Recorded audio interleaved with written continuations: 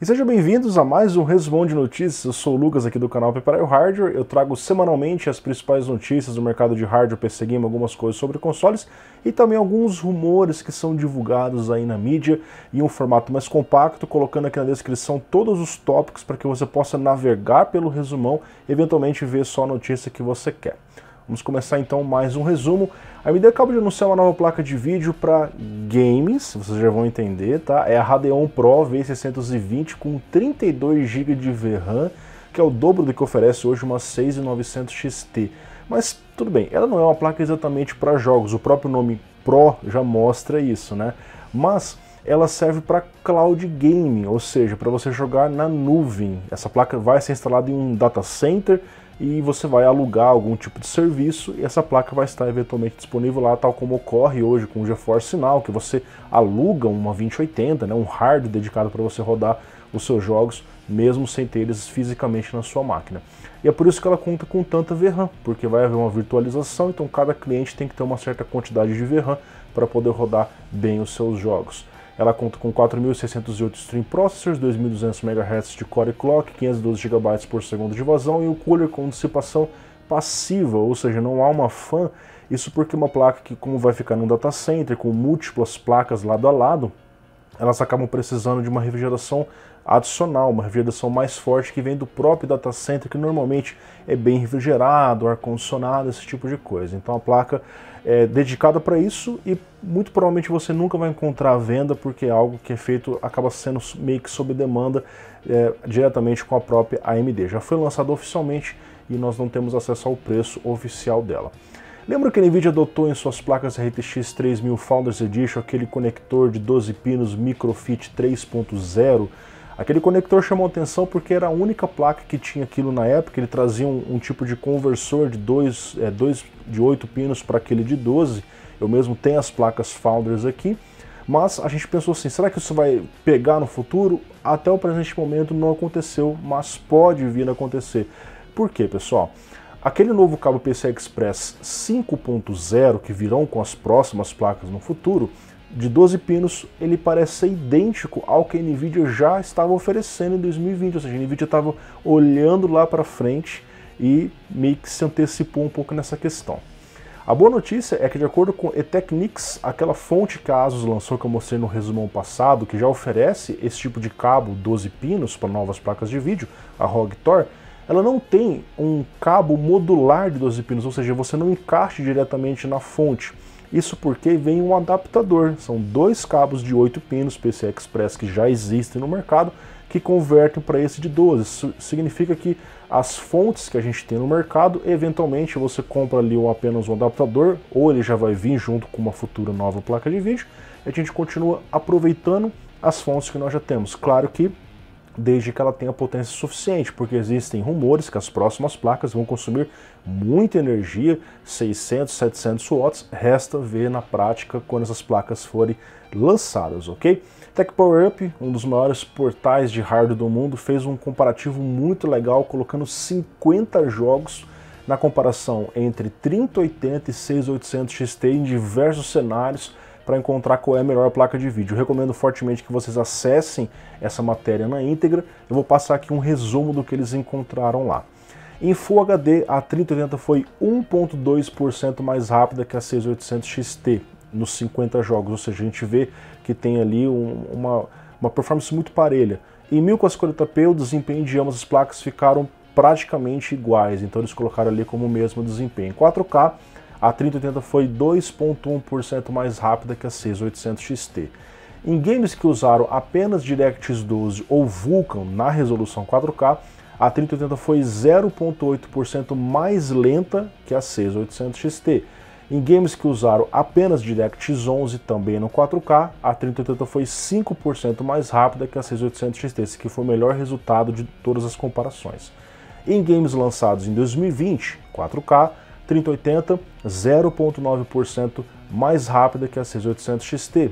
Em games lançados em 2021, no nosso ano, 4K, a 3080 foi 2.9% mais lenta que a 6800 XT. Então mostrou que em jogos mais recentes a AMD estava ganhando um pouquinho mais, em DX11 a NVIDIA estava ganhando um pouco mais, e conforme foi subindo a resolução, a NVIDIA também estava subindo um pouco mais a performance, conforme a gente já tinha mostrado aqui no canal em outras oportunidades, tá bom?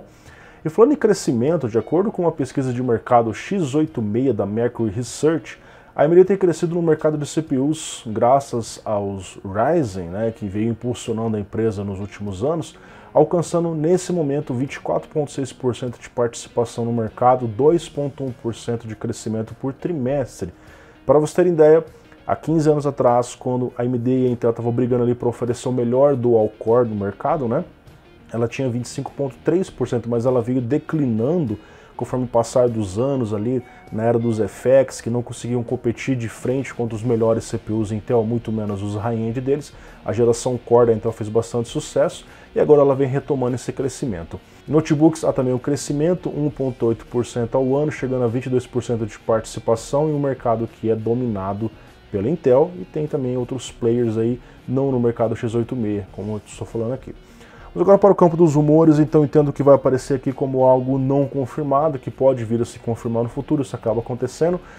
Pessoal, 10400F ainda é hoje um ótimo processador, eu continuo recomendando para vocês, particularmente gosto muito dele, bem como o seu irmão maior, que também tem um bom desempenho, 11400F, tem os seus pormenores que eu vou detalhar em mais vídeos que vem no futuro. Ele oferece quase o mesmo desempenho de um 5600X, custando menos que ele, tem o seu diferencial. Mas se eu te dissesse que seria possível você ter o mesmo desempenho de um 5600X, até mesmo um pouco acima dele, pagando menos, pois seria muito interessante, né? Essa é a proposta do 12400F, que segundo os rumores, caso venha no mesmo preço de um 11400 ou de um 10400, ele ofereceria mais desempenho por menos. A publicação francesa Computer Hardware, não sei como é que fala ali na pronúncia deles, obteve acesso a uma versão Engineering Sample, aquela sample de engenharia lançada antes da versão final do i5 12400F, que é o sucessor dos famosos 7400, 8400, 9400, 10400, 11400, e agora a gente teria o 12400F, que não tem gráfico integrado. O CPU aparece como tendo 6 núcleos e 12 threads, que é a mesma quantidade desde ali do 10400F, corroborando com rumores anteriores, onde você não tem núcleos de eficiência. Então não é um CPU híbrido, com aquele DAI 6+0 que eu mostrei no último resumão. Então só os núcleos Golden Cove de alta performance. O print mostra os 3 estados de funcionamento do CPU, que é o máximo TDP liberado, 4.4 GHz e um único núcleo, 4 GHz em todos os núcleos e 3.4 quando cai para o TDP base de 65 watts. Você pode desbloquear isso provavelmente na BIOS. Em Cinebench R23, o 12400F aparece rendendo mais que um 11900K no single core. Isso corrobora com as informações que nós temos que o núcleo Golden Cove realmente é mais rápido que o Cypress Cove. Ele também entrega mais desempenho no multicore em relação ao 11600K, que é um CPU anterior, só que de uma categoria um pouco acima, e o 5600X multicore usando o RAM DDR5. No sumário dos testes em jogos, um resumo dos testes, ele entregou pouco mais desempenho que um 11900K, cara, um 12400F, mais rápido que o melhor i9 da geração passada em jogos. Impressionante. E também mais rápido que o 5600X também. Uma pouca diferença a gente pode considerar que foi um empate técnico. Em consumo de energia ele puxou 135 watts, no máximo bem menos que o i9, e 4 watts apenas acima de um 5600X. Às vezes a pessoa pensa assim, que porque a AMD fala que é aquele TDP, o CPU sempre fica naquele TDP, na verdade não. No boost o CPU consome mais de 100 watts, mesmo os AMD, os Ryzen 9, Ryzen 5. Aqui a gente vê uma diferença nula entre eles, o consumo praticamente igual. Então vamos ver se isso aqui realmente vai acontecer. A expectativa é que esses CPUs cheguem apenas no ano que vem. Nós precisamos, é claro, ter notícias de placas mais baratas, porque hoje só tem as Z690, como é costume, né, a Intel lançar suas placas de chipset top no primeiro momento. Isso acaba dificultando com que a pessoa opte por um i5 de nova geração. Vamos aguardar até o ano que vem. Continuando os rumores das atualizações de placas NVIDIA, de acordo com o Videocard Z, a NVIDIA pode ter definido seus planos para suas placas lançadas ainda nesse ano, 2060 de 12 GB, que eu já comentei em outros resumões, 3070 Ti de 16 GB, o dobro da versão atual, e 3080 com mais 2 GB em relação à versão atual, ou seja, de 12 GB. A 2070 de 12 GB será anunciada e lançada no dia 7 de dezembro, visando competir contra a 6600, oferecendo o dobro de VRAM em relação à versão original lançada lá em 2019, que tinha 6 GB. A 3070 Ti e a 3080 de 12 GB seriam anunciadas no dia 17 e vendidas a partir do dia 11 de janeiro de 2022. A princípio, a 3070 Ti teria apenas mais VRAM, não teria especificações diferentes. Já a 3080 de 12 GB, como você vai ter uma maior quantidade de VRAM, acaba fugindo do barramento de 320 bits. Você tem mais módulos, provavelmente essa placa seria então 384 bits, assim como a gente vê hoje em uma 3090 e na 3080 Ti. E o barramento, consequentemente, então seria maior. Ela poderia ter também mais CUDA cores.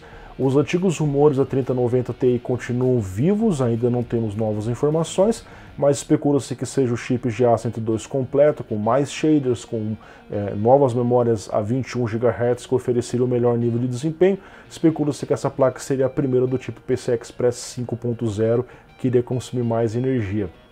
Ainda existem rumores de versões da 3070 Ti e 3080 Ti para o mercado mobile, oferecendo mais desempenho que os tipos atuais, como uma resposta às GPUs Intel Arc. De acordo com o Moore's Law is Dead, que é a lei de Moore está morta, né, que é famoso por compartilhar vazamentos, a AMD está trabalhando em um tipo de fork, né, um novo núcleo do Zen 4, antes que o Zen 4 chegue, que seria o Zen 4D, onde nós temos cache e frequência reduzidos, focando em eficiência energética. O que isso significa? O núcleo com reduções assim ficaria fisicamente menor, então a AMD conseguiria colocar mais núcleos em um único chiplet. Hoje a AMD tem 8 núcleos por chiplet, por isso que a gente tem um 5950X com 16 núcleos, 8 por cada um dos chiplets. Porém, nesse caso seria possível colocar 16 núcleos por chiplet. Por mais que a performance single core seja reduzida, você teria muito mais núcleos dentro do processador, a performance multicore seria elevada. O primeiro a implementar seria o EPYC Bergamo, com 128 núcleos e 256 threads. Ele também fala sobre Zen 5, que seria a próxima arquitetura depois de Zen 4, estimado apenas para o final de 2023, então nós teremos Zen 4 nesse meio tempo depois Zen 5. Aqui nós teríamos um salto de performance equivalente ao que houve entre Zen e Zen 2, ali em meados de 20%, mas ele fala que pode ter até um aumento de 40% no IPC, que é uma coisa muito absurda. E a AMD traria um esquema parecido com o que a Intel faz hoje no CPUs Alder Lake, onde ela tem núcleos eficiência, núcleos performance. Ela iria aproveitar justamente esse Zen 4D, que ela iria reduzir as especificações e colocar esse como os núcleos eficiência dela, enquanto que o Zen 5 seria o núcleo porrada mesmo, núcleo performance. E aí voltando aquilo, como o Zen 5 é um núcleo grande, você poderia colocar 8 núcleos dentro de um chiplet. Já o Zen 4D, que é menor, poderia colocar quantos? 16 por chiplet. Assim você poderia ter um CPU de 24 núcleos no desktop, com a vantagem dos núcleos Zen 4D possivelmente terem SMT, ou seja, 2 threads por núcleo, coisa que a Intel não oferece hoje nos núcleos, no modo eficiência, que tem apenas uma thread por núcleo. Então é possível que a gente veja aí CPUs com uma quantidade enorme de threads, mesmo no mercado consumidor. Vamos agora para as notícias rápidas. A Intel identificou uma vulnerabilidade no controlador gráfico dos CPUs Haswell 4ª geração ao utilizar a API DirectX 12 como solução paliativa. Ela passou a desabilitar o suporte ao DirectX 12, é uma solução bem estranha, né? Onde, a hora que você vai usar o gráfico integrado em DirectX 12, não funciona mais, que na prática não resolve o problema, só dá uma mascarada ali. Como esse tipo de gráfico integrado normalmente não roda jogos pesados, né, um gráfico bem antigo, não deve ser um problema para a maioria das pessoas, mas caso você precise usar DirectX 12, um gráfico integrado de um Haswell 4ª geração, você vai ter que usar um driver um pouco mais antigo. A G-Skill, em parceria com a ASUS, quebrou um recorde de overclock com suas memórias DDR5, alcançando 8.704 MHz. Em conjunto com uma Z690 Apex e um i7-12700KF, foi necessário utilizar nitrogênio líquido tanto no CPU quanto na RAM. E se você acha ruim os timers das DDR5 ali, CL40, Lucas, é muito alto, para que eles conseguissem colocar essa frequência tão alta, é preciso relaxar os timers. Eles colocaram as memórias com CL127, que é um CL muito alto e na prática isso não deve ser tão bom no desempenho. Mas, para você que não é overclock extremo, a própria G-Skill já tem módulos homologados em 6666, que é um número meio estranho, né? Mas podem alcançar sem grandes dificuldades 7.000 MHz série 40, como eles mesmos já mostraram, que no conjunto da obra deve ser bem melhor que um 8704 CL127. Diversas EC690 foram lançadas, das mais simples com DDR4 até as mais robustas com DDR5. Uma que recentemente chamou atenção foi a EC690 MSI Mag Godlike. Ela não foi anunciada junto com as outras placas, segue um mistério e mostra que vai ser a maior placa-mãe até agora para a Alder Lake, superando a Maximus E690 Extreme, que tem 27,7 centímetros ali no comprimento da placa. A Aorus E690 Extreme, que tem 28,5, a Godlike teria 31 centímetros, quase um quadradão de placa EATX do seu PC. Não espere nada diferente do que ter o melhor dos componentes de uma placa dessa, com um preço também inviável para a maioria das pessoas. Vamos aguardar. Dois grandes portais de tecnologia anunciaram o fim das suas atividades, sendo eles o Hexus.net e o BitTech.net, que particularmente eu costumava acessar para alguns reviews, e no caso do BitTech ali para ver alguns cases. O Hexus foi fundado em 1998, posteriormente o BitTech em 2000 foi adicionado a um grupo de empresas que tinham ali o controle dos dois sites. Ambos anunciaram que não pretendem fechar os fóruns, mas novas publicações por parte dos editores originais não ocorrerão mais. Ex-funcionários, no entanto, anunciaram juntos um novo portal, o Clube 386, que remete àquele famoso CPU Intel 386 ali da antiguidade, né, nos anos 80, enfim.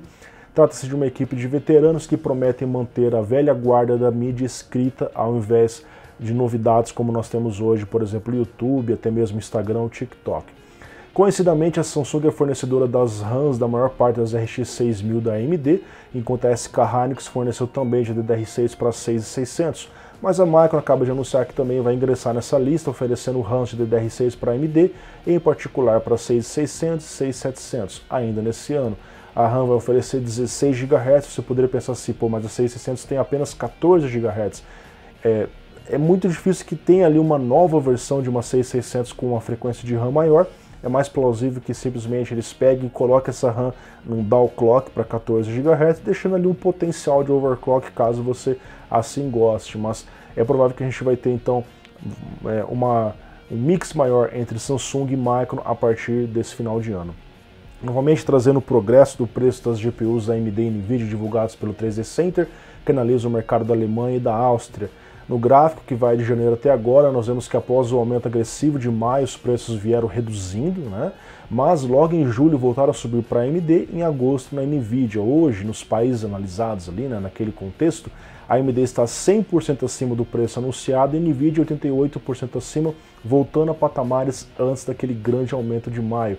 É incerto se isso tem ocorrido ao longo do mundo, mas no Brasil, olhando perfis no Twitter como Observatório da GPU, inclusive um abraço para você, nós vemos que os preços têm tido certa estabilidade, hora sobe, hora desce, tem promoções, enfim, o estoque continua muito baixo. God of War vai sair para PC, isso não é novidade. Agora a novidade que eu trago aqui é que além do suporte ao DLSS da NVIDIA, o game vai trazer oficialmente o FSR, Fidelity Effects Super Resolution da AMD, vai possibilitar com que você ganhe desempenho não só com as placas RTX 20 e 30, mas também com placas GTX 16, GTX 10 que também suportam o FSR, além, é claro, das placas da AMD, RDNA 2, RDNA, até as Polaris estão trazendo esse tipo de suporte. E é interessante que a gente vai ter um grande jogo como esse, com os dois recursos, vai servir para comparar lado a lado qual que é a diferença gráfica e de performance. Última notícia, os consoles também estão sendo afetados pela crise de semicondutores, como sabemos, e um próximo alvo agora, infelizmente, é o Switch. A Nintendo declarou que fará 20% menos Nintendo Switches do que o planejado devido à escassez. Segundo eles, a oferta e a demanda de peças estão muito apertadas e afetando a produção do aparelho. O console, que já vendeu quase 93 milhões de unidades, talvez demore um pouco para alcançar o seu antecessor, Nintendo Wii, que chegou a 101 milhões de vendas em toda a sua história. Pessoal, espero que tenham gostado. Isso aqui é mais um resumão de notícias. Confira aqui na descrição os patrocinadores do canal e nos vemos em breve em mais vídeos. Não deixe de assistir os vídeos que já foram publicados aqui no canal. É só você clicar aqui no canal, clicar em vídeos e procurar os últimos que já foram divulgados. Um grande abraço, muito obrigado, valeu, falou, tchau, tchau.